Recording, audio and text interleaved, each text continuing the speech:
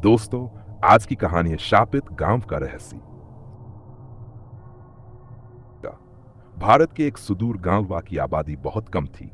चारों ओर घने जंगल, काले बादलों से घिरा आसमान और हर तरफ अजीब सी खामोशी। शाम ढलते ही गांव पर एक सन्नाटा पसर जाता था। लोगों का कहना था कि बेलवा पर एक भयानक शाप था। शाम होते ही घरों के दरवाजे बंद हो जाते, खिड़कियों पर मोटे पर्दे डाल दिए जाते और लोग अपने बच्चों को डरावनी कहानियां सुनाकर सुला देते ताकि वे बाहर निकले। गांव वालों का मानना था कि इस गांव में एक डायन का साया था जो रात में घूमती थी और जो भी उसके सामने आता वह अगले दिन या तो मरा हुआ मिलता या उसका कोई अंग गायब हो जाता। लेकिन यह कहानी सिर्फ गांव वालों के बीच एक अफवाह नहीं थी, यह हकीकत थी। पहला अध्याय, एक अजनबी की दस्तक। शहर से आए आदित्य नाम का एक पत्रकार इस गांव की रहस्यमयी घटनाओं पर एक लेख लिखने आया था। वह गांव वालों की बातों को कोरी बकवास मानता था। उसे लगा कि यह किसी लोककथा का हिस्सा होगा। वह गांव वालों से मिला, लेकिन कोई भी इस विषय पर खुलकर बात नहीं करता था। बस एक बूढ़ा बाबा जिसका नाम रामकली बाबा था उसे जंगल के पास ले गया और फुसफुसाकर कहा, बेटा, ये जगह छोड़कर भाग जा। ये डायन सिर्फ शरीर नहीं लेती, ये आत्मा भी निगल जाती है।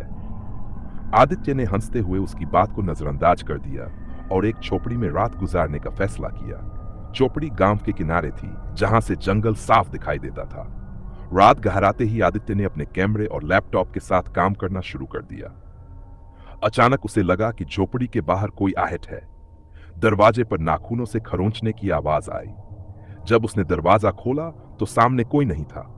उसने सोचा शायद उसका भ्रम होगा, लेकिन जब उसने वापस मुड़कर देखा तो उसकी मेज पर एक कटा हुआ बकरा रखा था जिसका सिर गायब था और उसकी आंखें खुली हुई थीं। दूसरा अध्याय, मौत की दस्तक। आदित्य घबरा गया, लेकिन उसने हिम्मत नहीं हारी। उसने सोचा कि यह गांव वालों की कोई साजिश होगी ताकि उसे डराकर भगाया जा सके। उसने पूरी रात जागकर बिताई, लेकिन सुबह होने तक उसे कुछ अजीब नहीं दिखा। अगले दिन वह गांव के ही एक व्यक्ति रघु से मिलने गया।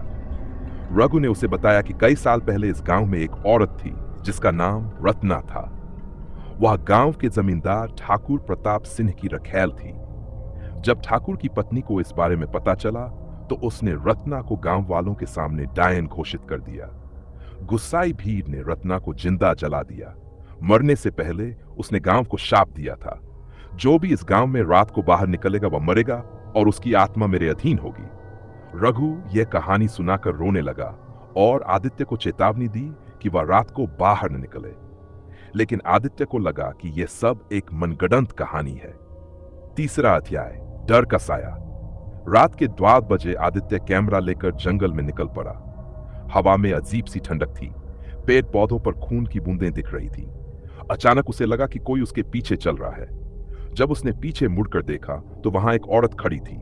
औरत की आंखें लाल थी, उसके चेहरे पर झुलसी हुई खाल थी और हाथों में खून टपकता हुआ कटा हुआ सिर था। वह अचानक हंसने लगी। उसकी हंसी इतनी भयानक थी कि आदित्य के कान सुन्न हो गए। वह भागने लगा, लेकिन उसके पैर जमीन में धंसने लगे।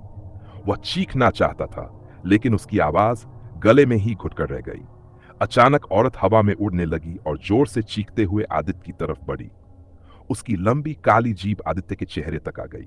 चौथा अध्याय, मौत का खेल।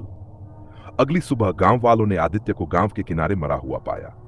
उसका शरीर नीला पड़ा था, आंखें बाहर निकली हुई थीं और उसके होंठों पर डरावनी हंसी जमी हुई थी। सबसे अजीब बात यह थी कि उसकी छाती पर नाखूनों से एक शब्द लिखा था, रत्ना। गांव वालों ने आदित्य का अंतिम संस्कार किया, लेकिन उस दिन के बाद गांव में एक नई अफवाह फैल गई। रात में आदित्य का भूत गांव में घूमता था। कुछ लोगों ने उसे आधी रात में देखा तो कुछ ने उसकी डरावनी हंसी सुनी।